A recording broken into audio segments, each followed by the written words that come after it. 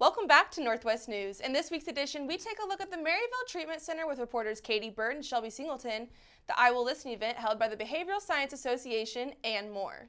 You're watching Northwest News.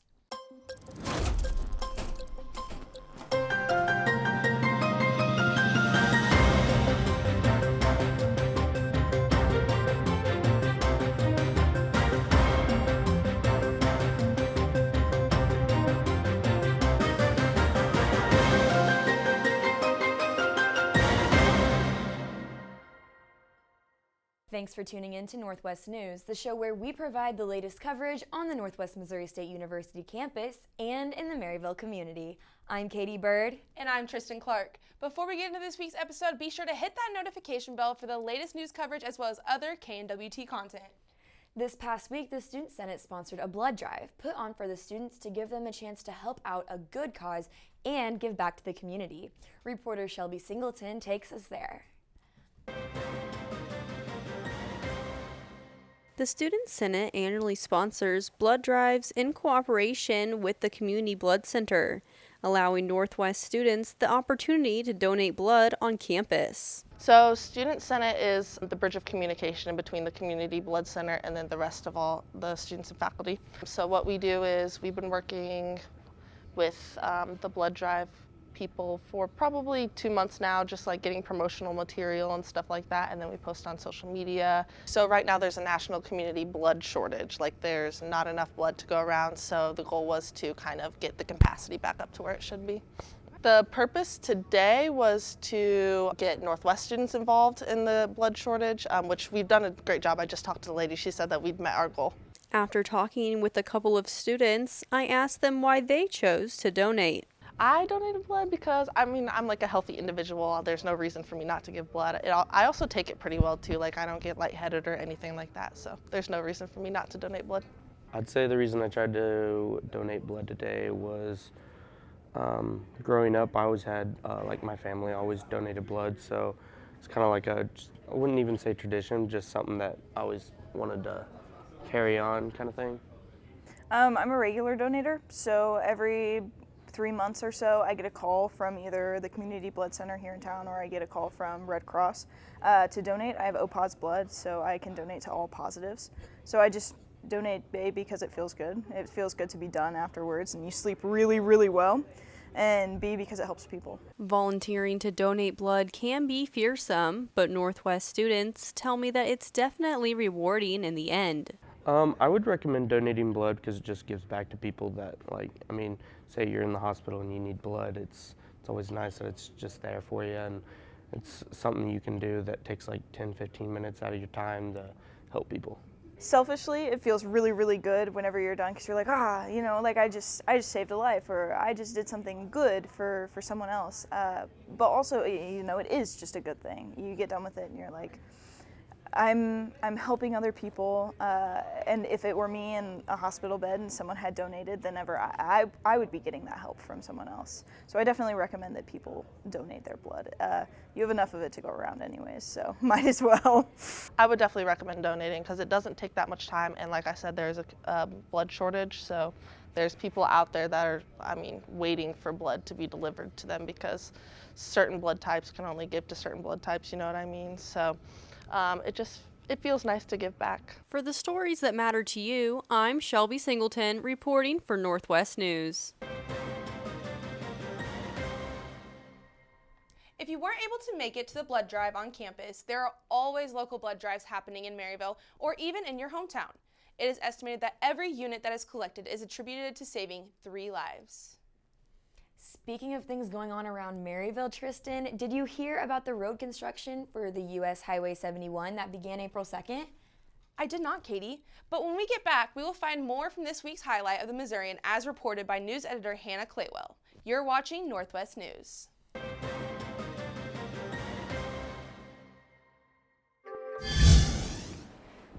Kirsten, what are you doing here? What do you think I'm doing here? Making TikToks? And it's not about what I do. It's about what we do here. So we start with storyboarding the content we want to create for our clients. It could be anyone from small businesses, nonprofits, and organizations both on campus and in the Maryville community. We write, we film, we edit, we create, and then we wait. So If you're someone who thinks you need us, we are KNWT Creative Services. KZLX is a student-run radio station where Northwest students have complete freedom during their shifts. KZLX also hosts mini radio shows such as Nermageddon, Revive, Day-to-Day Picks, and more. To learn more, visit kzlxfm.com.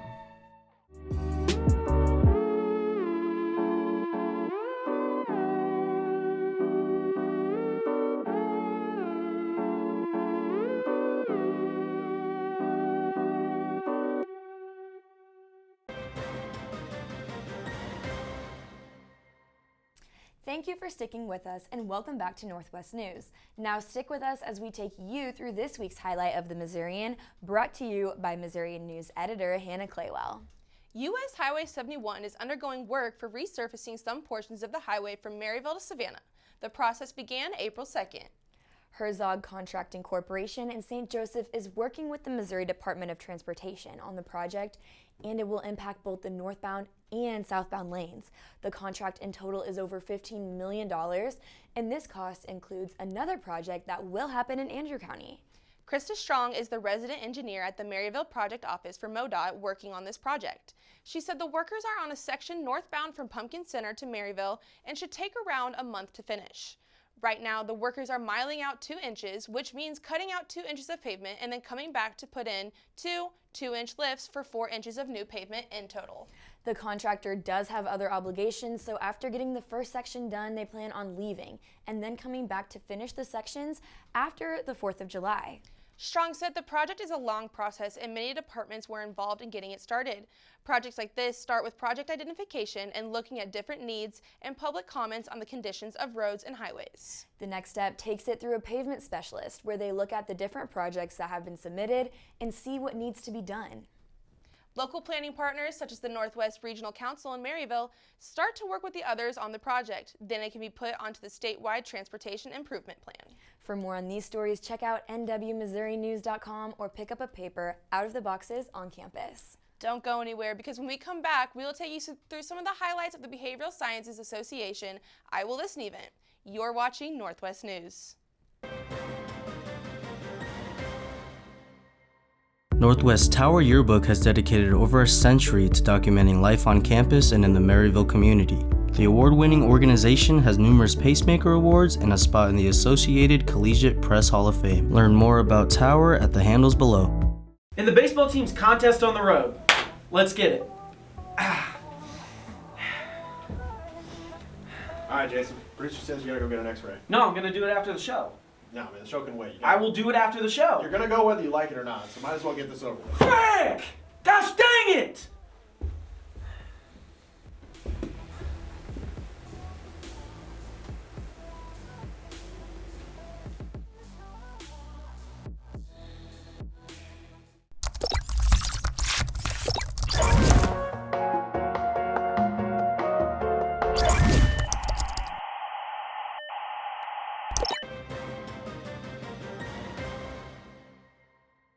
Welcome back to Northwest News, the place where you can find news and whereabouts on what's happening in the Northwest and Maryville community. Next up, reporter Libby Ehlers had the opportunity to attend the I Will Listen event, art exhibit, and event hosted by the Behavioral Science Association, and it was held in the Student Union. The Behavioral Sciences Association holds this event to spotlight mental illnesses, promote mental health, and foster overall well-being awareness. Follow us as she takes us there. The Behavioral Sciences Association, also known as BSA, held their annual I Will Listen event this past week in the J.W. Jones Student Union, highlighting artwork and general wellness surrounding the topic of mental health. The event consisted of fitness and movement classes to promote physical well-being, guest speakers who gave presentations on their own mental health journeys, and an art exhibit that showcased the work of students from ages of kindergarten to college-age artists, where they were able to present their ideas on mental health from multiple perspectives. During the event, I spoke with Jada Irving, the president of BSA, to learn more about the goals of the organization while also getting an inside look as to why I Will Listen has not only impacted the Northwest Missouri State University student body, but also the surrounding school districts. It's very interesting and it's eye-opening to see some of the kids' artwork and kind of think about how that developmental stage is still, mental health is still impacting the way that they go about doing things and how they're even doing art. So I think it's just, it's spreading awareness, and I think that's what needs to happen. And people are expressing themselves, so it's nice to have people all together in a loving manner and just getting to be around each other and getting to see everyone express themselves. I also spoke with Robin Lewis, a kindergarten through 12th grade art teacher who has been heavily involved in the I Will Listen movement, while also being an advocate for mental health support through art. Here's what she had to say. Every student, K through 12, gets the opportunity to learn about how art can affect your mental health. They learn to use art as a healthy outlet, and I don't think age matters. I think the smallest of child can learn about colors and how those colors make them feel and how they can share those colors. And what's really exciting to me is that it's maybe students who wouldn't normally be able to share their feelings, but when they get to do it through artwork, then they come up with some really neat things. If you or someone you know is looking for mental health resources, Northwest provides resources such as wellness services and their counseling center for all students. Reporting for Northwest News, this is Libby Ehlers. All proceeds raised during this event will be donated to the National Alliance on Mental Illness. With the academic school year coming to a close, the university has decided to make some changes for the 2024-25 academic school regarding campus housing. Stick with us as we take you through another highlight of the Missourian, brought to you by Missourian Assistant News Editor Dakota Oswald. Dietrich Hall residents will be moving into Milliken Hall for the 2024-25 school year. Students who had previously registered for housing in Dietrich Hall for the 24-25 school year received an email on April 3rd with instructions on changing housing assignments to Milliken Hall. Rose Viao, the Assistant Vice President for Student Affairs for Residential and Auxiliary Services, said this decision has been considered for the past couple of months before it was ultimately decided. She said this transition will possibly be a more permanent situation as Milliken Hall is in better shape, has fewer maintenance requests, and saves the university more money on utility bills in comparison to Dietrich Hall, despite both buildings being constructed in 1971. She said the university is still looking for a longer-term plan in regard to Phillips Hall and North Complex being torn down in 2023, and that there are potential plans to demolish Dietrich Hall as well. So moving students into Milliken Hall would be a first step in that process, and in the meantime, give students a more practical building to live in. We believe students would like something new more than they would like something really old, Viao said. And so if we're able to continue with that plan, then we would probably keep students in Milliken, build something, and then eventually take Dietrich down. It wouldn't be anytime soon, but we know that we don't want to put any more money into it if we know there's a potential of knocking it down. For more on these stories, check out nwmissourinews.com or pick up a paper on the boxes outside of campus. Next up, reporter Katie Bird takes us to the Maryville Treatment Center and meets with offenders and its staff to learn about the programs at the facility. From the outside looking in, the Maryville Treatment Center looks like any other prison. But what goes on inside its gates is anything but conventional. While it houses hundreds of offenders of the law, it does anything but confine its inmates. The Northwest News crew gains special access to learn what really goes on inside our local prison. Dylan Zane has been an inmate at prisons all over the state of Missouri. He spoke on his journey and plans of a hopeful future. I was a part of a gang in prison, and I've lived that way for 9 years now. When I got kicked out here in 22, everything changed after that. I basically cried out to God, and I told him, like, hey, you got to save me or it's over with, I'm done. And so he did that, and it's been a whole transformation since then. And I get all kinds of feedback, and I'm an open channel. I ask questions all the time. I'm willing to learn from anybody I possibly can. I want to soak in as much as I can to take it out there and actually help. The stigma can be broken through individuals who actually are willing to try something different and step into the deep end and be positive from a life of negativity. I'm looking forward to being a part of a community outside of prison. I'm going to a discipleship program whenever I leave to continue my recovery. I've been an addict since I was 14 years old. I've been sober since 2019. And I feel like everything I've been through made me who I am today. And so no, I don't think I'd change anything. Reginald Ricks wouldn't thrive at the treatment center if it wasn't for the supportive spaces and community. And it's here. The resources, the people, the platform, everything is here. If you want it, it's here. It's here. I've been everywhere, level 5s, 4, 3, 2, 1, like all of them. This is my 5th time in here. No other treatment center where you get this. The drugs is at all time is bad. It's not a secret. Like everybody knows, it's just bad. If you are going to change, you will change. You have all air and opportunity to do that here. Beautiful resource room, work development programs, awesome. Like it's one of the things that's helping me get established when I get out. And like, since I've been doing the right thing, I haven't had a door closed on me yet. It's just nothing like TV. Matt Gidkin, clinical supervisor, spoke on the reality of working with the offenders. He also touched on the facility's crucial need for volunteers. We see a lot of just little everyday miracles. We see people open up and share things that they would never share. They're not used to sharing.